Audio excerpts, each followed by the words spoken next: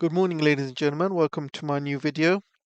This is your host AJ speaking. I hope everyone's having a great day. So I've got a fully lined up show for you guys today, fully action packed.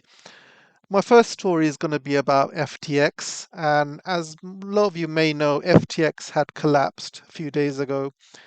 What a lot of you don't know is FTX was involved with money laundering and moving a lot of Ukrainian aid money back to the US or into the hands of Zelensky and his merry men. So I'm going to be talking about that and how all of that millions, we're talking about tens of billions actually, how all of that money just disappeared when FTX collapsed.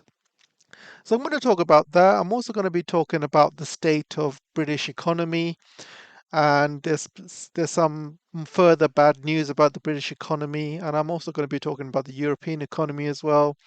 And finally, I'll finish off with President Xi and Biden speaking on the G20, and that meeting lasted about a few hours, 3 hours to be exact, and I'm going to be giving you my thoughts on that. So before I start, don't forget to like, share, subscribe. I really appreciate you guys doing that. And if you notice that the views on my channel has become very low lately, and this is why, for me to continue this channel full time, I'll probably need around 15 more of you guys to join my locals. I know it's a lot to ask for. I'm not going to rely on you guys, obviously. I am leaving my job by the end of the month, and I've got a few others lined up, so I'll probably take up another job. But if I can get those 15, that means I can do this full time. I won't need to get another job. And yeah, I would really appreciate it if you guys can help the channel to grow. If you cannot help out with the 15 people, not to worry. I'll do the best I can. I probably won't be able to do as many videos as I've been doing lately. Lately, I've obviously been working from home, and there's not much work happening at the moment because I'm leaving. So it gives me a lot of spare time. But once I get another job, it's not going to give me the same amount of time to kind of get these things done. So anyway, without further ado, let's carry on with the show. So FTX has collapsed a few days ago, and it was one of the biggest collapses in Bitcoin history.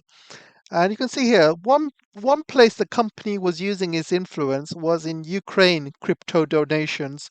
So a lot of people were using this as what you would say a money laundering tool, and people were sending in money using this crypto donations, and we're talking about tens of billions that it raised. And as the war in Eastern European country wages on, the meltdown of FTX shows how much the company's influence has rippled. Indeed, FTX's collapse has been able to bring the whole market down with it.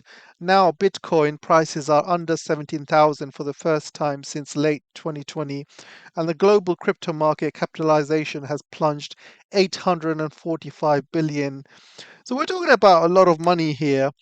And we're also talking about tens of billions of US dollars were transferred to Ukraine. And using FTX cryptocurrency, the funds were then laundered back to Democrats in the US. And you can see how they've done it. You can see here how Ukraine and FTX laundered millions worth of cryptocurrency. And basically, what they've done is after Russia-Ukraine war started, cryptocurrency firm partnered with Ukraine to receive donations in crypto to fund the war, according to CoinDesk. Now FTX is insolvent and all cryptos have been donated to Ukraine are gone. Did this partnership exist only for the purpose of money laundering? Seems like it, guys. Seems very much like it. Sounds very dodgy to me. In March 2022, FTX was approached by Ukrainian officials who requested to help set up crypto donations to fund the war. Sam Bankman-Fried, the CEO of FTX, agreed and set up donation portal on the FTX website. Businesses and citizens around the world could donate any amount of cryptocurrency to a different wallet address. Ukraine promised to convert all cryptocurrencies into local currency. However, estimates say that 200 million in donations were raised, but from this, 20, 200 million, only 22 million were officially used. That leaves the question of where the other donations went. Well, it's not just 200 million. We're talking about tens of billions here, as you can see. There's FTX was money laundering a lot of money using that. So this is bad news for Ukraine, first of all, because all of this money was supposed to be for them. And this is also bad news for the Democrats, the military industrial complex, because the main route of money laundering has now disappeared. And I can imagine that a lot of people are in shock in the United States. So, what does this mean then? Who's it going to affect? First of all, there's three parties here. You have the MIC, Military Industrial Complex. So, they're not going to be worried. There's another bill coming through for 50 billion, and that's going to be coming through over the next few weeks. And they will find another way to launder the money. So they're not worried about that. Today is FTX, tomorrow it'll be a different company. You know, they'll find some way to launder that money. It really doesn't matter to them. It's really small change to them, even though the money they've lost, they don't care. They've got more money coming in. It doesn't really matter. For Ukraine, obviously, it's going to affect them greatly. It's going to hit Zelensky, especially, and his merry men, especially, because all of this money was probably going to be ending up on their hands, and now they're not going to get anything.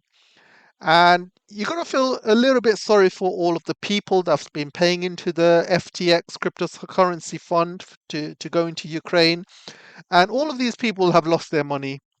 All of these idiots that thought their money is going to go to the Ukrainian people to help the Ukrainian people.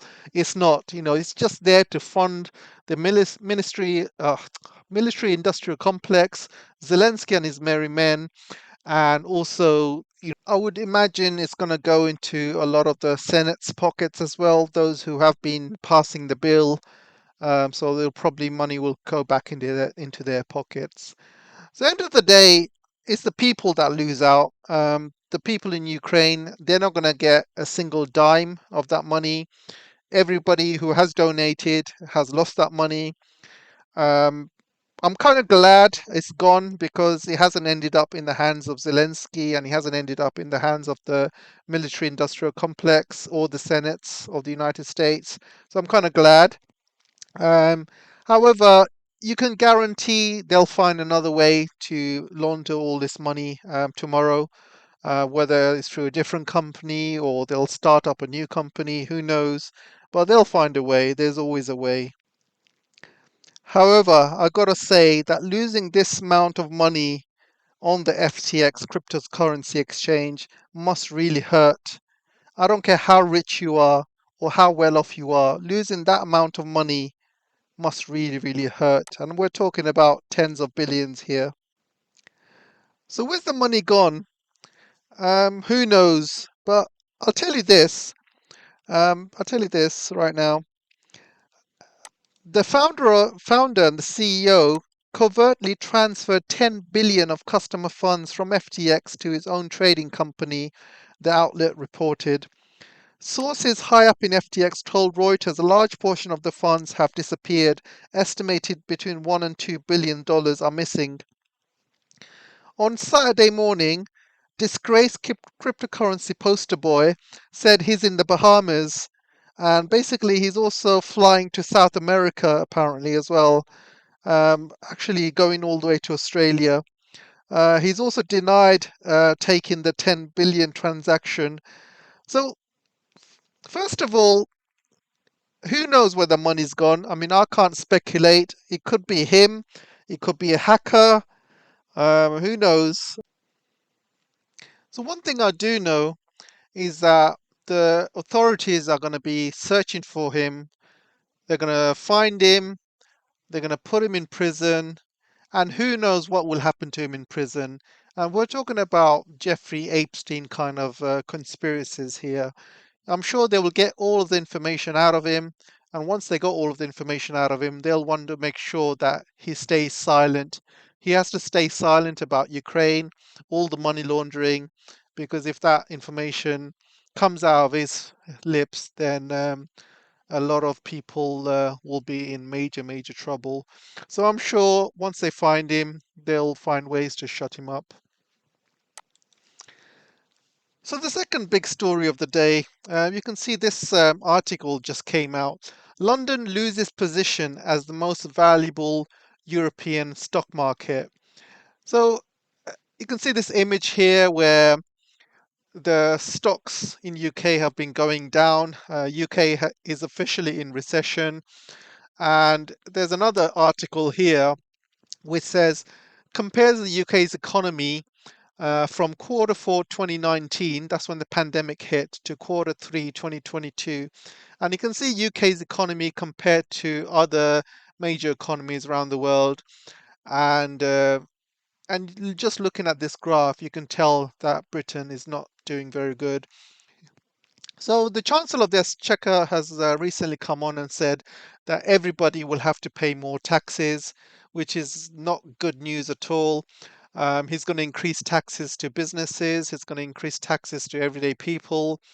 And there's going to come a time when people are just not going to have the money, to be honest. Already people are struggling to pay the bills. They're struggling to pay the mortgage. You know, things are not looking good in UK at all. And inflation is still growing really fast. Um, we haven't hit, deep winter yet where it's absolutely freezing. This November has been unusually quite warm. I have had to put my heater on a few times, but it's not as freezing as as Britain gets. But give it another few months or so, and I'm sure things will get much worse. And a lot of people who can't afford to pay their rent, can't afford to pay their mortgages, are probably going to end up losing their homes in the foreseeable future. And there's going to be a lot of homeless people out in the streets. And I'm going to talk about that in a bit later on. But I'm going to say where is Britain's stock market going? So first of all, Amsterdam is beating London as Europe's top share hub, taking trading back to where it all began, apparently. So Amsterdam is taking a lot of business from London. There's also this article, 800 billion worth of assets to move from London to European financial hubs ahead of EU departure. And also, it's been said that France is taking a lot of business away from Britain as well. And you can see here in this article, France has taken top spot as the combined value of its company shares. This has been boosted by currency movements and demand for French luxury goods. It's the first time Paris has overtaken London since records began in 2003, according to data from Bloomberg. UK is expected to fall into recession this year as inflation rises. UK is already in recession, mate. So the combined value of British shares is now 2.821 trillion, and while France are now worth 2.823 trillion. You've got to understand that France does not have the issues that London has. France has got a lot of nuclear energy, so their energy is pretty cheap compared to UK, compared to London. They're still having to pay for a lot of gas, obviously, because they don't have everything in nuclear. I believe it's about 40-50% or something like that. So the remainder is from other fossil fuels and energy sources. So they do need a lot of gas. However, France has nationalized its energy companies, so the people do not have to pay huge, costs to basically pay for their bills. So the bills in France are much lower than UK. And if you are a business, you as a business, it is much more comfortable to be running a business in France compared to what it is in UK right now. So there's a lot of advantages France has over Britain, but to be honest, I think every country has got an advantage over Britain right now because things in Britain do not look good at all. So there's 800 billion assets moving from London to European financial hubs ahead of EU departure, it says. So this is a lot of money. And in my past company, I used to work for a company called EMA, a European Medical Agency. And while I was working there, they moved their offices to Amsterdam at that point, and they were one of the first companies to move to Amsterdam. And at that point, they were the first, and many other companies started following. And it's been a downward spiral for UK and in London since then. A lot of financial institutes were moving to Europe because of the red tape, and things are just going to get worse. And the latest is BMW is also shutting down the factories in London, I mean in UK, and moving its factories to China. So this is going to happen over the next few months. Britain is going to be deindustrializing, I believe, much faster than Germany is. The all the spotlight seems to be on Germany, but Britain is totally screwed, in my opinion, absolutely screwed. Not only that, there's a lot of money leaving London as well. London used to be called Londongrad because huge amounts of Russian oligarchs used to come into London. They used to spend money on properties. They used to spend money on London itself. And I'll give you an example. Roman Abramovich, he came in here, came to London, and he bought a football club, Chelsea, spent a lot of money into Chelsea, put a lot of money into the local area as well, which was Fulham. So a lot of Russians came in during that time. They spent a lot of money, mainly on properties, to be honest, and they had the golden visa.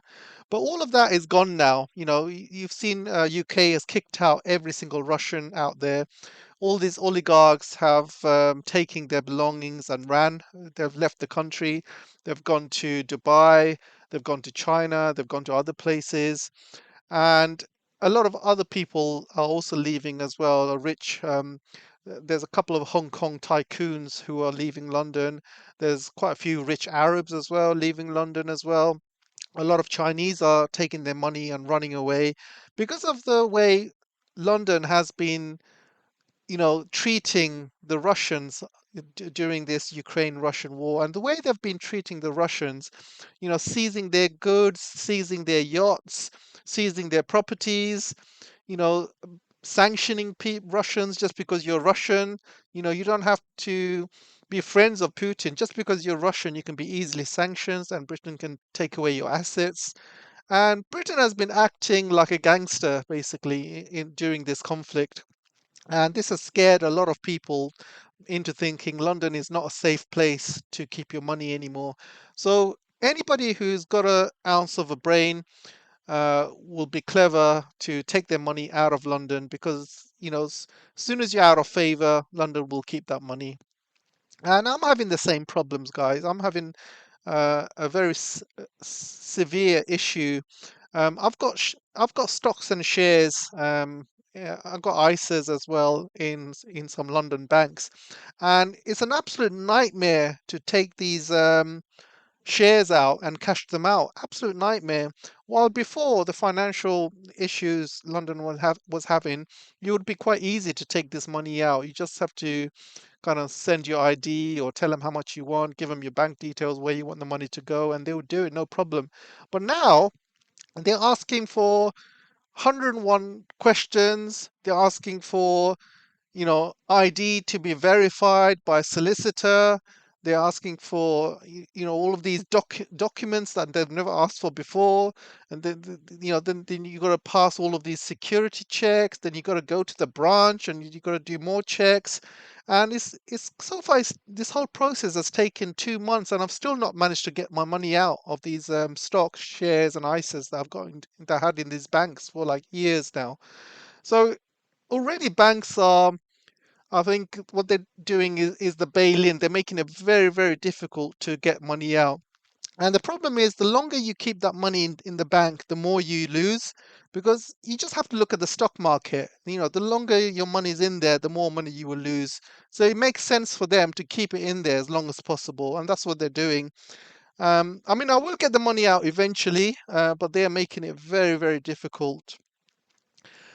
And I also want to talk to you about a channel which I saw a couple of days ago. It's Garland Nixon, and he made a really good analogy of the way Britain is going, the way Europeans are going, and he made such a great analogy that I thought I'd kind of share it with you guys and repeat what he said. Uh, I'm not I'm not stealing his words. I'm obviously referencing him. I'm also kind of telling you guys where I got it from. So I just wanted to share it with you guys because it's such a great analogy that I kind of had to share it. It's so amazing, the fact that people in Europe, people in Britain, are like sheep. They're absolutely like sheep, and you got the shepherd here, and the shepherd is obviously the US, the military industrial complex, the people who run the show, and you have all of these poodles or dogs running around for the shepherd, trying to control the sheep. And all of these dogs, we're talking about Ursula, we're talking about Bareback, we're talking about Harbeck, we're talking about all of these, puppets of the regime, puppets of the United States regime. And these guys are doing the job for the regime, trying to control the sheep. And I find the British people are like sheep, to be honest. They are like sheep. They are they they are easily controlled, very easily controlled. And if one of these sheep, if one of these sheep kind of stands up and says, "Hang on a second, guys, maybe this shepherd and these dogs, maybe they're not our friends. Maybe they'll want to kill us and eat us one day." And all of these other sheep are like, "Well, stop this conspiracy theory, stop this nonsense." And what they end up doing is beating up that sheep who kind of stands up and has some sort of independent thought. So they were like, "No, the shepherd is looking after us. He feeds us. He gives us exercise. And these dogs, they're our friends. There's no way they will do that to us." And so this sheep gets beaten up, and this shepherd obviously uses the sheep for everything he can get. He takes their wool, and when the time comes, he kills them. He slashes their neck, and obviously, and yeah. So what you have now is a bunch of sheep who are easily controlled by the dogs, by the shepherd, and they're not going to listen to anything bad about the shepherd, the government. They are happily going along their lives, eating grass, going about their business, but they cannot see how the shepherd is basically taking away their wool during winter, and these sheep end up freezing during winter because the shepherd takes away their wool to make money out of them, and ends up these sheep end up being frozen during winter times. And this is exactly what's happening to the Europeans, and it's exactly what's happening to the British. These governments are taking the wool of everyone's back, so people are absolutely freezing, and they're taking every single money out of them, squeezing every single last dime out of them. They're absolutely killing the lower class, absolutely killing the middle class, and eventually it will lead to their death because eventually they will die. You know, people will lose their homes. Um, People will not be able to feed themselves. People will not be able to um, keep themselves warm, and they will die. I mean, that's the end goal. A lot of people will survive. The rich people will survive. It's mainly the poor people who are going to get it. The ones who actually made to get homeless. They're going to get it the worst. And unfortunately, his analogy was perfect. And I was thinking, I said, yeah, you're right. Everybody in the UK, everybody in Europe are like sheep. And these dogs, in the leaders of these European nations, and I have to include UK in that as well, these guys are just feeding lies to keep the sheep in power. And they're feeding lies to keep these sheep from protesting. They're feeding lies to keep these sheep from standing up and asking questions. And they are doing the jobs of the shepherd. And As long as they do the jobs for the shepherd, these dogs will be kept, will be looked after. And as you know, the shepherd looks after his dogs. He gives them food, he gives them exercise, looks after them. So these dogs have nothing to worry about. As long as they do their job, they know they'll be looked after. But the sheep, no, these sheep have got it. They're going to end up with their throats slashed, and this is what's going to happen. And this is exactly, you know, the right analogy which Garland Nixon said. And I thought about it and I thought, yeah, you're 100% right. I completely agree with you, mate. Completely agree with you.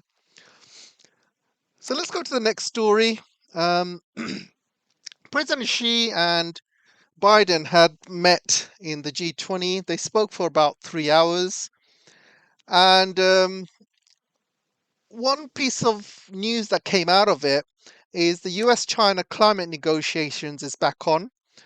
So the reason it's back on is because the United States needs China for climate negotiations because they need China to pay for most of it. This is happening on the COP27 as well, and I'm going to do a special program on COP27 in the next few days. But on COP27, the US has basically asking China to pay all of the poor countries reparations for all of the pollution. So they need China to pay for it all. They need China because China is the number one country making solar panels, making wind generation, wind units as well, and and this is exactly why they need China. And US cannot fight climate change without China. So obviously, it's all about the money. They want to get as much money as they can from China. So this is one of the things that Biden wanted to do, and he's become successful. However, however, so they did have a long chat about this, and you know, uh, this has all happened before, guys. This has all happened before, and I'll tell you why this has all happened before. Because you see this story coming out today, and I'm not joking. This came out literally today. Look at the date, November 14th, 2022. And literally after this meeting took place, Congress is moving forward on military aid package for Taiwan as Biden aims to cool tensions with China. So Biden's going to have a chat with President Xi. He's going to be all, cuddly, cuddly, happy, happy, jokey, jokey, pally, pally with President Xi, saying, "Yeah, my man, long time no see. How's it hanging? How's it hanging? Long time no see, my good friend, my good friend." And Biden's going to be giving it all that, telling President Xi that he doesn't want war. He wants to be friends. Then, soon as he goes back to US, soon as he turns his back, he's back to the usual routine, back to the usual routine in building up Taiwan. I mean, doing this sending military to Taiwan, sending ships to Taiwan straight, doing all of this ridiculous sanctions on chip companies and Chinese chip companies, stopping all chips to be delivered into China. You know, proper ramping up the rhetoric. So that stuff is still going to continue. It's never going to stop. And I just cannot believe, President Xi has got 3 hours of his time to give to Biden. And I just think that, in terms of diplomacy, obviously President Xi has to give him that time. But I do not see the Chinese trusting a word coming out of America's mouth. And you can see with this Washington Times post, things are not going to change. It's going to be the same sort of rhetoric. Um, nothing's going to change soon. And I'll bet you that President Xi has told Biden this again. He has told him that before. Um, he has told him that he does not trust Biden because as soon as he mentions a few things, he turns around and he sends Pelosi to Taiwan. He makes all of these moves, which is causing a lot of issues between the two countries. And he's going to probably say that to him now. He's going to say, "Look, I don't trust you. This is, last time we had a chat. This is what you did. This is what you did, and this is what you did." So unless you're willing to turn all of that back, stop these ridiculous sanctions against Chinese companies, start selling chips to China, stop sending people to Taiwan, stop sending ships to Taiwan, then we can kind of go forward with this. If you're not going to do it, then I wouldn't bother with it. And the only reason China has agreed to this climate change is because the climate change is not a US issue. The climate change is a world issue, and I think China has agreed to this because they're not doing it for the US. They're doing it for the world, for the good of the world, really. And I saw this article as well. Four takeaways from President Biden's very blunt meeting with China's Xi Jinping. See how they've written this very blunt meeting. Is it very blunt? I mean, were you there? Were you a fly on the wall listening to this meeting? I doubt it. I've seen an article saying that the Uyghurs were very upset with Biden because he didn't bring up the Uyghur stuff or human rights. Apparently, he didn't bring up any human rights issues. So the Uyghur Congress has apparently been very, very upset with him.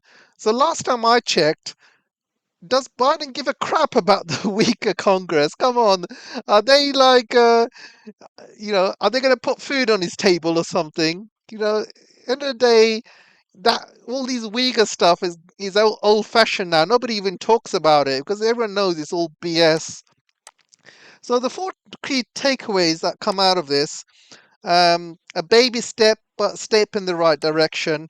I wouldn't say it's a step in the right direction, but it's probably good that they are talking. Obviously, having conversations is better than not having any conversations. Having meetings is better than not having any meetings, because when you do have meetings, sometimes you can find ways to de-escalate and things like that. But however, you both got to make the right moves. It's not about turning up for meetings. You got to do the things that you promised to say. It's like two people. It's like two people going through a breakup and they decide to get back together. So obviously, if you want to get back together, you need to be able to sit down and work out your differences. You got to sit down and work out why you're angry with each other, why you broke up in the first place, and if you do get back together, what things need to change from both parties. And it's the same way here. The relationship between the United States and China is absolutely broken at the moment.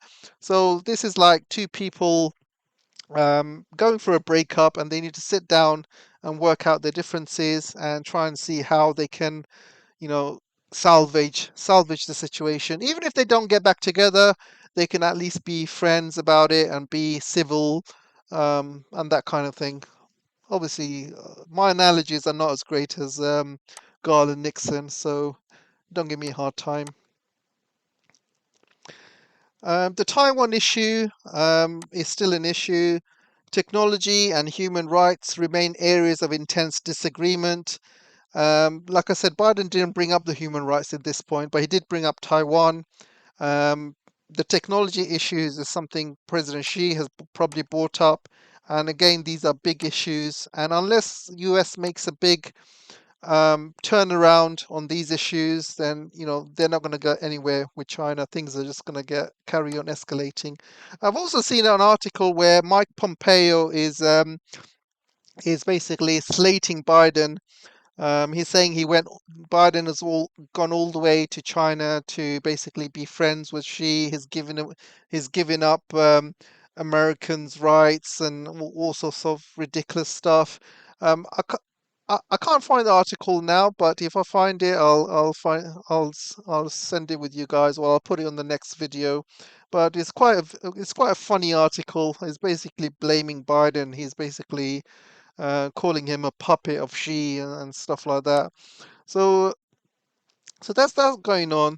There's other stuff, obviously, with the Ukraine, North Korea, and obviously North Korea is a big subject at the moment because obviously there's a lot of tensions between North Korea, United States, and South Korea. And I don't care what you think about the North Koreans, you need the Chinese help if you want to deal with North Korea.